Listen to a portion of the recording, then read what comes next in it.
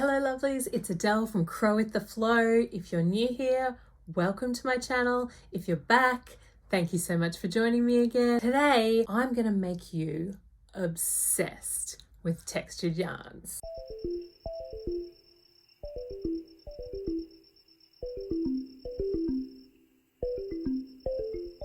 Now, I know a lot of you might be going, I loathe working with textured yarns. That's never gonna happen, Adele. Absolutely not. And look, I kind of get it. I have received so much feedback from people. I did a poll on what people thought were the worst yarns, and by far any kind of textured yarns topped that list. Whether it was like a shaggy chenille, eyelash yarn, feather yarn, which, newsflash, I also absolutely hate. Blech. We're not going to be talking about feathered yarn. That's dead to me. Or what was voted the worst of the worst, fur yarn. But you know what? I actually kind of really love most of those yarns. Today, I'm going to talk you through why you should use textured yarns, how best to use textured yarns, and bring you along in my obsession.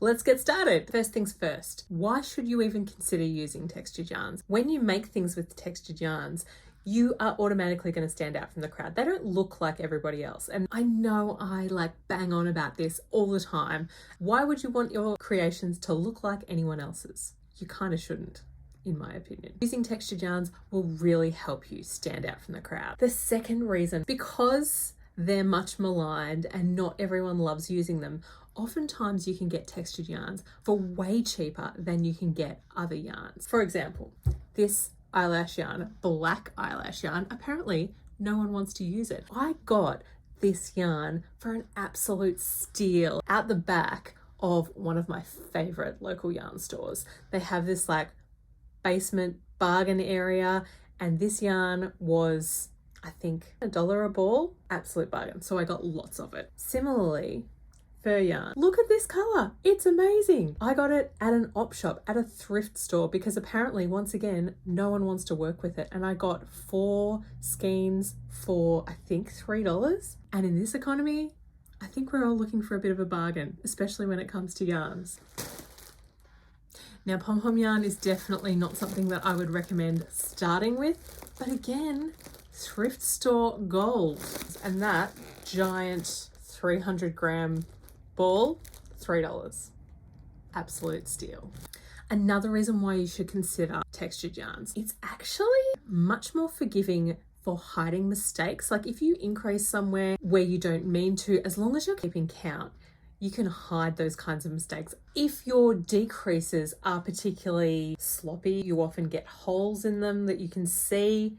Textured yarn hides all of that. Textured yarn can be used on basically any pattern. It's slightly easier on more straightforward patterns. You can transform any creation just by using some sort of a different texture. It can look entirely different, so why wouldn't you give it a try? Finally, in my opinion, it's not one of the types of yarns where you can be in the middle of a conversation or watching some intricate TV show that you really have to pay attention to.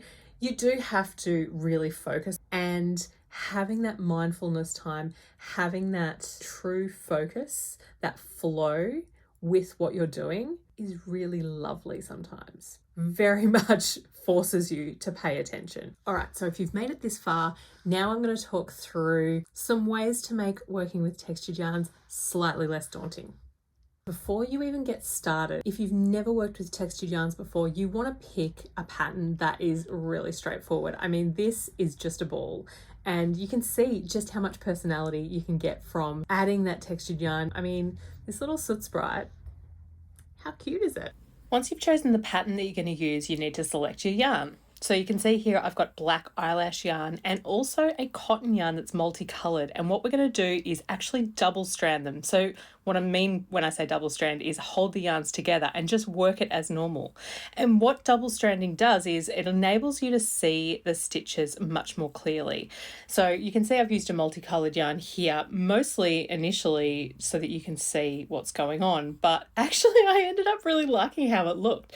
You can choose a color that's the same color as your textured yarn, or you can mix it up like I've done here. It's entirely up to you. The number one complaint when people are using textured yarn is that they can't see the stitches, but like you see here, you can see them really, really well when you're double stranding your yarn. The thing you do have to be careful of is maintaining your stitch count for each row, so you absolutely have to have a stitch marker, but if your increases and decreases aren't in exactly the right spot, working with textured yarn is quite forgiving, which is nice. When it comes to working big sections of single crochet stitches, it's sometimes hard to see where that section starts. And so I definitely recommend using an app, like something like I'm about to show on the screen. So this one's called Counter. And what you do is after each row, you just tap your screen and it keeps track of exactly how many rows of single crochets you have done.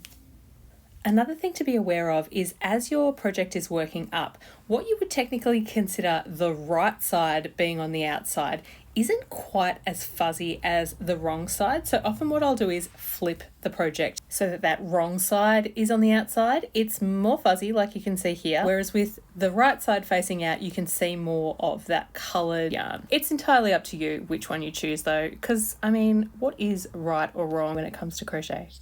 And like I said earlier, working decreases with textured yarn, you don't have to be as pernickety because you cannot see where the decreases are. So you don't even need to do invisible decreases, which is awesome. This is my finished little ball of floof. Now, initially I used the coloured yarn just so you could see it on camera, but I actually really like how it turned out, how you can see it through all that fuzziness. And as a final step, if you want to make your floof ball even floofier, you can brush it with a dog slicker brush, obviously a brand new one, and that will make sure all the fibres are standing out. This technique works on basically any textured fibre. So you can see here I've got kind of a fuzzy type chenille, and I'm double stranding with cotton, but this time the cotton is the same colour as the chenille, and I'm still not having any trouble seeing my stitches. Another little tip, which I haven't done here, but you can also go up a hook size and that can help you see stitches as well. As you'll see here, the wrong side is fuzzier and the cotton yarn doesn't show through. All right, so the last example we've got here is the much maligned fur yarn. Again, double stranding with a acrylic I've got this time, and the colour isn't an exact match, but that actually works really well. So if I was just working with the fur, I would probably be feeling for my stitches a lot more, but because of that double strand, you can see the stitches because they kind of tuck into themselves and you can see it running through the work. I still do have to be careful with making sure that I meet my count, but you can go back and count the stitches of the row if you need to. And the last thing with double stranding, if you unfortunately need to go back and frog your work, it is much easier because of that second strand. So just to recap those points, don't forget to start with an easy project to get you in the mode of working with textured yarn. Double strand, either with a contrasting or a similar colour to help you see your stitches and to let you frog things relatively easily. Make sure that you are counting or using a counting app of some sort because you want to make sure that you're not skipping too many stitches. Turn your work inside out so that you get the most fuzz that you possibly can and give it a brush if you like. And most of all, just keep trying different combinations. It's really amazing the different looks that you can achieve just from using a little bit of textured yarn in your project. So I really hope this has helped you to feel like working with textured yarn isn't so daunting. Don't forget to like, subscribe, comment on this video to let me know what sort of textured yarn you're going to use next, and I'll see you next time.